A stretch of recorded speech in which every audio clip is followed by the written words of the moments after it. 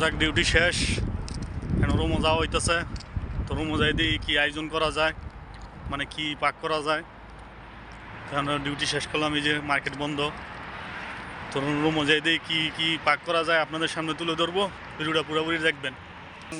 আজকে বাকিম ভাই তরকারি রান্তাছে, আপনাদের সামনে তুলে ধরতেছি।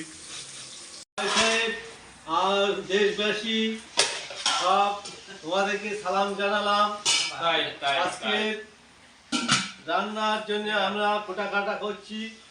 হ্যাঁ, দেখেন পেঁয়াজ কেটেছি, টমেটো আছে, পেঁয়াজ কেটেছি, মরিচ আছে, হ্যাঁ টমেটো দিচ্ছি, রসুন আছে, আর এখানে আছে কি একটা আছে কিবা রেখে কুচা, সৌদি আরবের কুচা বলে একে, এটা নিয়েছি। আর এই কুমড়ো আছে, হ্যাঁ এই যে ইনশাল্লাহ খেতে হবে ভাই। তার জন্যে রান্না করার জন্য কেটে কুটে বেশি রেডি করে রেখে দিচ্ছি।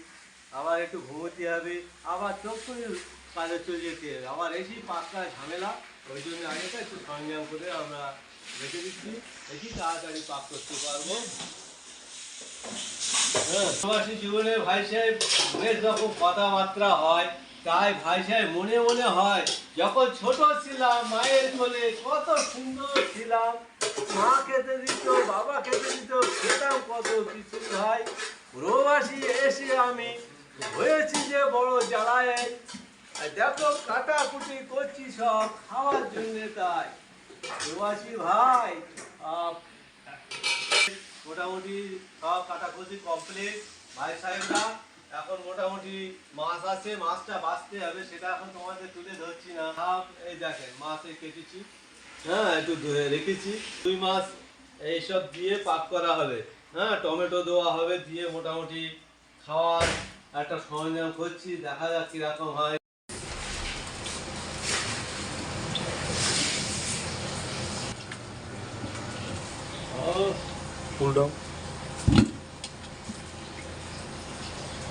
ইনশাল্লাহ ভালো হবে কি খারাপ হবে পরে জানাবো ইনশাল্লাহ, আপনারা দেখবেন।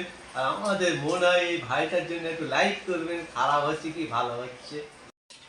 কপি দিয়ে রুই মাছ আজকে দেখেন, রুই মাছটা মাশাআল্লাহ কত বড় বড় সার্ভ হইতেছে আজকে। রুই মাছটা অনেক সুন্দর একটা তরকারি, মাশাআল্লাহ মাশাআল্লাহ। তো যাক জিভে জল আয়া পড়ছে, তো আপনারা কমেন্টের মধ্যে জানাবেন তরকারিটা কি স্বাদ হইলো নাকি না হইলো। আর আপনারা ইনশাআল্লাহ দোয়া করি আপনারা পাক করে খান, সৌদি আরব যারা আছেন। তো ভিডিওটা ভালো লাগলে লাইক কমেন্ট শেয়ার করে দিন। তো যাক মিজান ভাই আজকে রুই মাছ দিয়ে, ফুলকপি দিয়ে রুই মাছ, হ্যাঁ যাক মাশাআল্লাহ কালকা পাক হয়েছিল। একদিন আগাম আমরা পাক করে রেখে দেই ভাই, কি কর কি আর করবো বলো, আমাদের এই খাওয়া কপালে ছিল প্রবাস জীবনে। জীবনে বউর হাতে রান্না কদিন ধরে খাও না? অনেকদিন।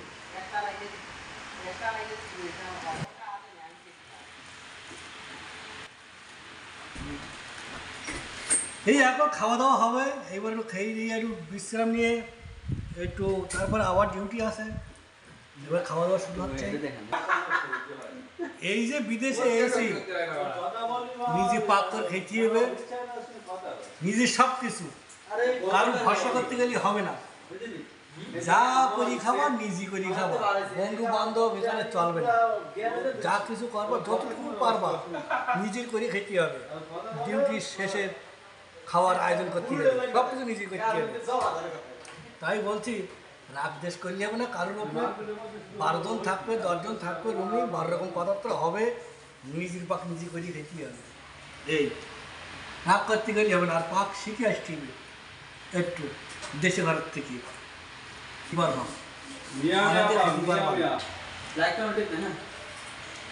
আর আমাদের এই ভিডিওটা ভালো লাগলে একটু শেয়ার করবেন, লাইক দেবেন, এই আপনাদের কাছে আবেদন রইল।